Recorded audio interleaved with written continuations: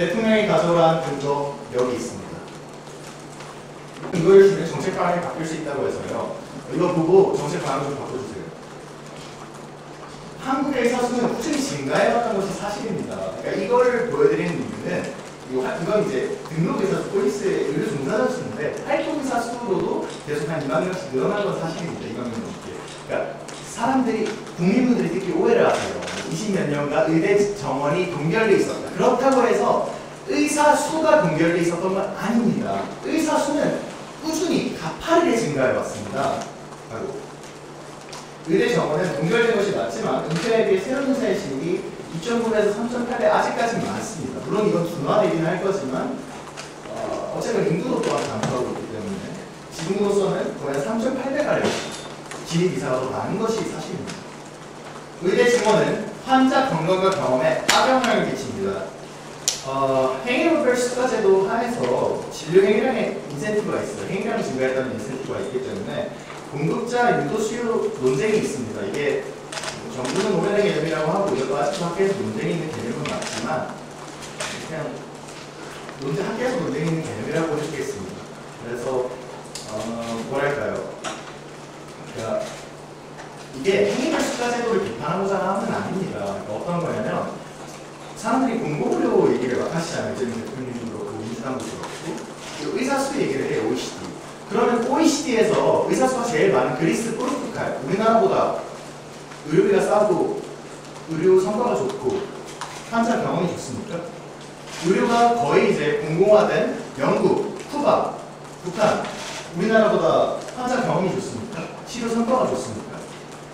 묻고 싶은 거예요. 영국에 비해서 우리가 거의 한 몇 퍼센트죠? 그러니까 우리나라 비인가 120만 원이면 영국이 한 300만 원 정도 쓰는데 그러니까 굉장히 효율적인 시스템이에요. 행위별 수가 제도라는 것 자체가. 그러니까 저는 행위별 수가 제도에 여러 가지 모순이 있고 한국 의료에 지금 구조적인 모순이 있다는 것을 인정하지만 OECD 보고서에 OECD 홈페이지 들어가고 제가 좀 이따 꺼온 게 있는데 OECD 홈페이지 들어가서 보시면 이제 fee for service라는 게 굉장히 효율적인 건 맞아요. 가격 통제도 잘 되고요. 효율적입니다.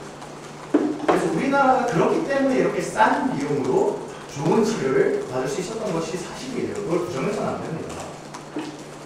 필요의사수 추계는 여러 요소를 추가적으로 고려해야 합니다. 여기 뭐 건강한 노령화 효과, 동일 연령 사람들이 더 건강해지는 건강한 노령화 효과. 여기 보시면 옛날에는 이제 커브가 이랬다면 커브가 좀 더 이제 늦게까지 좀 더 건강한 거죠. 그 다음에 의사들의 늦춰진 은퇴율, 거의 뭐 70대 이상 의사 수가 거의 한 2배 가까이 늘어난 걸로 제가 통계에 봤었는데, 그리고 뭐 인공지능과 합성생물학적 의료기술의 발달. 밑에 보시면 뭐 페이퍼 에이지 레시오를 보시면 실제로 감소하고 있어요. 페이퍼 레시오. 근데 어쨌건 고령 인구 자체가 늘어나기 때문에 이런 효과들이 발생하는 것, 그러니까 전반적인 의료비용이 증가하는 것이 사실입니다. 그리고 여기서 핵심은 데이터 하나하나를 따지거나 사실을 논하고자 하는 게 아니라 추계라는 것 자체가 본질적으로 불확실성이 크고 추계라는 것 자체가 그것만으로 정책을 결정할 수 없다는 것입니다. 추계는 본질적으로 불확실해요. 미래는 우리가 알 수 없어요. 그래서 2021년 보고서, 정부에서는 부산에서는 보고서 이런 데서 상대가치 점수, 의사 상대가치 행위량 이런 것들로 계산을 할 수 있는데, 그래서 200 몇십억에서 21억을 나눠서 의사수를 계산하는데 변수를 하나 두 개만 바꿔도요. 2050년에 의사수가 갑자기 8만이 남아요. 20만이 부족합니다. 그게 추계입니다. 그러니까 과학적 추계라는 것 자체에 약간의 모순이 있어요. 그러니까 네, 추계라는 것은 불확실성인데 얘기하고 싶었습니다. 그리고 증원된 의사가 아까도 얘기했지만 과연 지역의료에 종사할지 지역의료의 질을 높일지 의문입니다. 의사 한 명 달랑 갖다 놓는다고 해서 종합적인 의료 체계가 갖춰지는 게 아닙니다. 돈만만 해도 의사뿐만 아니라 당장 이제 산부인과 의사가 필요하고 소아과 의사가 필요하고 간호사가 필요하고 쌍둥이면 간호사도 여러 명 필요하죠. 그 다음에 의료 기사분들도 필요하고 여러 가지 복합적인 어떤 의료 환경과 병원까지 갖춰져야 되는데 인구가 이렇게 줄어들고 지방이 소멸하는 상황에서 정말 군마다 읍마다 몇 년마다 그런 것들을 놓는 게 효율적이지. 그 다음에 이번에 오늘인가 최근 기사 보니까 강원도에서 한 2,000명이 작년에 교육을 이유로 떠났대요. 그러면 수많은 사람들이 교육, 문화 이런 것들을 엮어는 이유로 수도권으로 그다음 대도시로 떠나는데 그럼 의사들은 너네는 지방에 가라는 겁니까? 그러니까 저는 여기 보시면 가운데 빨간색 땅 이제 충북 영동에서 학교를 다녔는데요. 저는 대전만 가도 사실 문화생활이 굉장히 충분하다고 생각했습니다. 근데 서울에서 온 친구들은 그런 문화생활에 대한 것도 욕구가 굉장히 크더라고요. 그러니까 문화생활 교육 여건, 그러니까 예를 들면 남자는 결혼을 어떻게 할 것이며 결혼 상대 풀이 달라지고 나는 뭐 대학 20살이면 소개팅의 풀이 달라지고 그 다음에 뭐 말씀드린 대로 교육의 여건, 그러니까 PC방도 없어지고 편의점 지나면요 PC방, 편의점 뭐 모든 게 없어지고 있어요. 아무것도 없어요. 외국인 노동자들 들어오고 그럼 거기다가 의사보다 더욱 내려가라는 거 아닙니까? 네. 그러니까 그런 거를 의대병원 밀려가야 모의자력, 지역형 차이가 못해 이런 논증도 있는데 사실 뭐 의사 주장이니까요. 네. 그래서 그리고 이제 교육 및 수련의 질 차이가 당연히 존재할 수밖에 없어요. 영국에서 먼저 지역의사제를 먼저 한 지역의사제 교육을 할 건데 영국이나 뭐 일본의 보고서들을 보면 영국에서 뭐 사망률이 한 12% 높다 지역에서 그런 이야기들이 있습니다. 왜 그러냐? 의사는 끊임없이 교육받고 수련해야 되는 사람이에요. 교수님이라 할지라도 어떤 수술 한 10년 안 하면 잊어먹습니다. 그렇게 말씀을 하세요. 그런데 그런 끊임없는 트레이닝을 받지 못하는 상황에서 지방에서는 뭐 1년에 한두 명 환자를 본다고 하면 예를 들면 어떤 특정한 뭐 위암이라고 하죠. 위암 환자를 한두 명을 봐요. 서울에서는 매일 봅니다. 그 트레이닝이 달라질 수밖에 없고 당연히 학생들의 교육 여건도 달라질 거고 수련의 질 차이가 발생해요. 아무리 병원을 짓고 병상을 지으시고 수많은 수천, 뭐 7천억을 쓴다고요? 병원마다 몇 조를 들여서 짓는다 할지라도 그럼 환자를 만드실 겁니까? 지역마다 없는 환자를 만들어서 새로운 케이스를 만들고 중증 안식병 환자를 만들어서 배치하실 겁니까? 그것도 안 되잖아요. 지방 소멸 유형 속에서 의사 배치만으로 이제 지역의 형상이 가능할지 의문입니다. 그래서 뭐 이걸 굳이 제가 언급한 이유는 제가 어제 꺼온 건데요. 보시면 여기 우리나라가 일본과 함께 동남아 의료격차, 그러니까 서울과 나머지 지역 의료격차가 큰 것처럼 보이지만 세계적으로 봤을 때 크지 않습니다. 그럼에도 왼쪽 별표가 있죠. 그럼에도 회피 가능 상황률 굉장히 낮아요. 우리나라 굉장히 잘하고 있다는 걸 얘기하고 싶어요. 구조적인 문제가 있고 조금 더 잘할 수 있지만 못하고 있지 않다고요.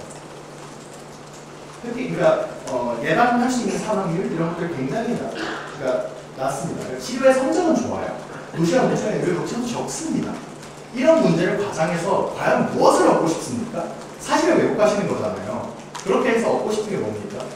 본인들의 지역구에 본인들의 뭔가 도정활동 아니면 지방의 토부들이 본인의 자식들을 의대에 보내신 걸 싶으신 걸 수도 있고요. 아니면 자기의 치적으로 삼고 싶은 걸 수도 있고요.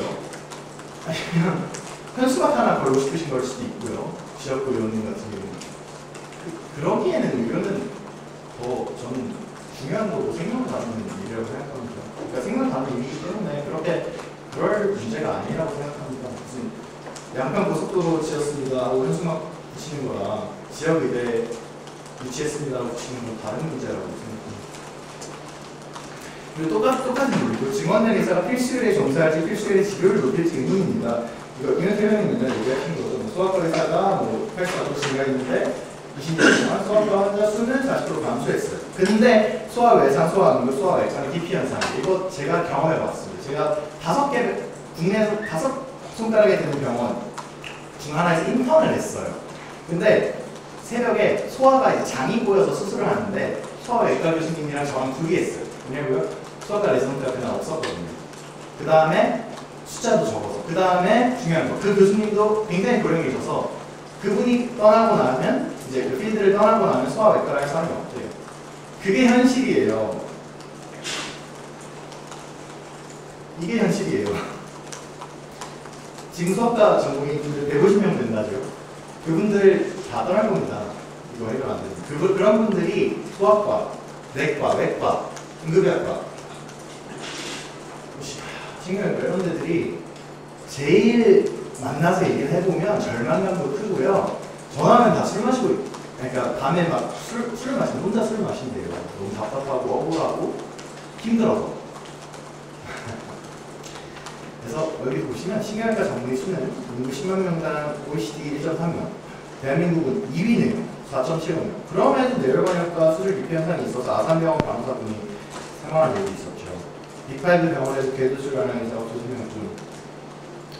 그래서 보시면 뭐 실제로 뭐 서전 같은 경우에 레퍼런스 보시면 78%가 많다 돼 있는데 아시다시피 돈은 굉장히 싸죠. 와.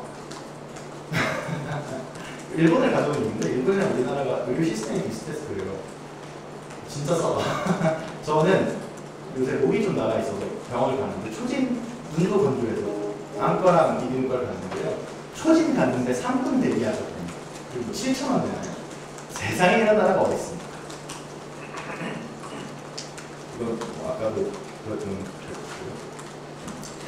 의료 개혁은 필요하나 의대 증원이 그 답은 아닙니다. 의료는 생명을 다루기 때문에 양적 지표보다도 질이 더욱 강조되는 영역입니다. 10년에서 20년 이상 소요되고 효과가 나타날지도 매우 불투명한 의대 증원보다는 당장 가능한 수요 중심 의료 개혁을 저는 대안으로 제시합니다. 당장 내일부터 하실 수 있습니다. 과다 의료 이용을 절제하고 의료 전달 체계를 완성하고 산업 위험을 해결하며 전문의 중심 병원을 만든다면 의료 수요는 명수할 것이며 지역 의료는 보건될 것이고 필수 의료도 보건될 것입니다.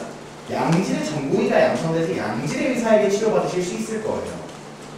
구조적 개혁이 선행되고 환자 중심으로 의료를 제정한다면 의대 증원은 우리가 논의조차 하지 않아도 될 일일지도 모릅니다.